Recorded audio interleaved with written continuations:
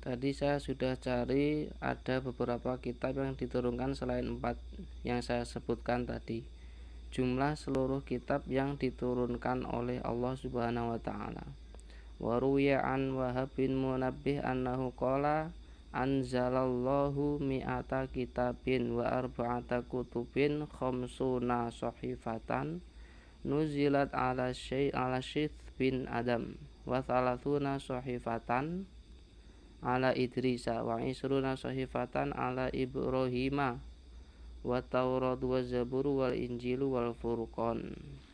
Diriwayatkan dari Imam Wahab bin Munabbih bahwa dia berkata, Allah Subhanahu wa taala telah menurunkan 104 kitab, 50 sahifah atau lempiran kitab diturunkan kepada Nabi Syith bin Adam.